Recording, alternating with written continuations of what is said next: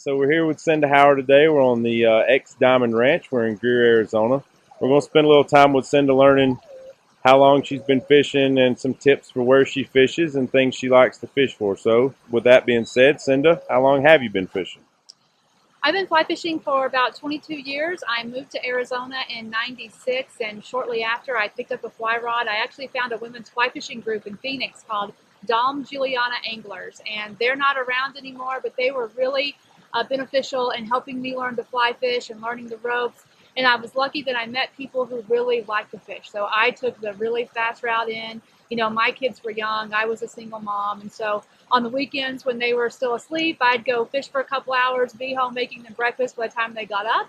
And then when they were at their dad's, I would just go fishing with friends. And so I've done a lot of fishing around Arizona and all over the West over the last 20 plus years. That's great. That's great. So how long have you been a guide?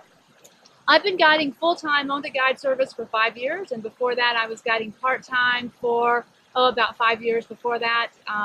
I've been in the fly fishing industry for about 15 years. I worked for the Orvis Company for 8 and then branched out on my own, and I was lucky enough that I developed a pretty good following, especially around Arizona, and so it enabled me to branch off and do my own thing, and now I guide all over the White Mountain area.